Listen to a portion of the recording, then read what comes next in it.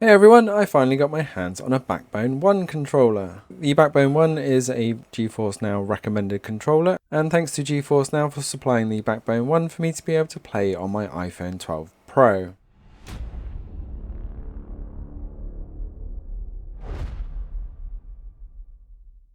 So let's get into some games and see how this Backbone works with GeForce Now on iOS 14 on my iPhone 12 Pro. So starting with Saints Row the Third Remastered. This was free to claim on the Epic Game Store recently, so I did have to jump in and see how this played. Do keep your eye on the channel for comparison on iPad for Saints Row the Third across multiple services. But today we're focusing on GeForce Now and the Backbone 1 controller, and I am thoroughly impressed with the handling of the Backbone 1.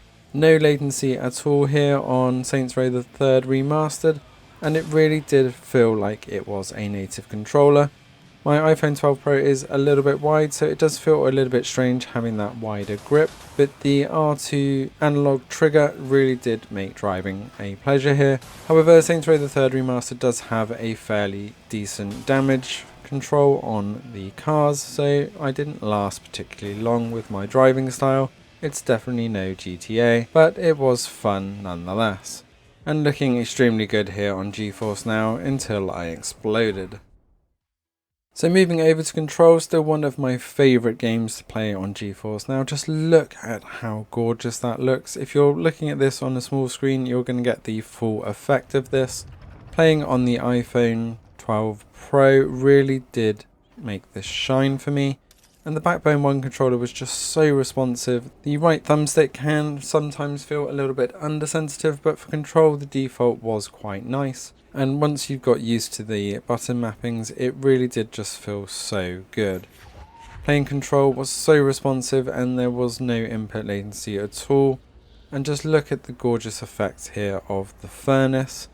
And as soon as we do this, we're going to get flooded with enemies, which just shows how responsive this is and how easy it is for me to clear this. I am a fair way through the game, but even with the sniper here with the charge, not an issue getting that charge up and lock on to the face. Absolutely loving Control, and as one of the ray tracing games on GeForce Now, it's still highly recommended as one of my favourite games to play with ray tracing on GeForce Now and most other platforms, to be honest. I will get round to completing this game one day, but for now I'm around halfway through. Moving over to Ark Survival Evolved, you may have seen some coverage for this recently on the channel. Playing on the smaller screen on GeForce Now, this game does look extremely good as it's running the PC version, which means we get those full graphics. And once again, no input latency at all here. However, Ark is still a very harsh game, and I did still get a bit of an issue with some muscle memory on some of the controls, especially mapping the weapons to the bar below. Really didn't seem to feel intuitive in the buttons that I needed here, mainly because of where the buttons are located on the Backbone 1.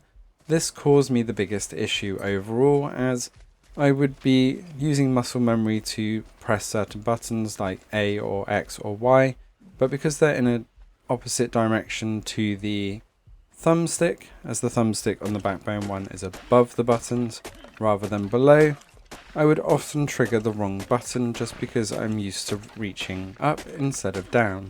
But overall the quality on Ark was absolutely stunning. You can see those water effects as we go across here, and the draw distance was just superb.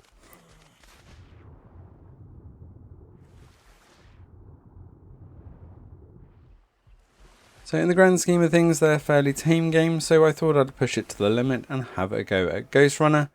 And I did manage to get back into the swing of things, as I have got fairly good at Ghostrunner now. However, once again I was victim to muscle memory problems, as it's a very fast-paced game and you do need to hit the right buttons at the right time.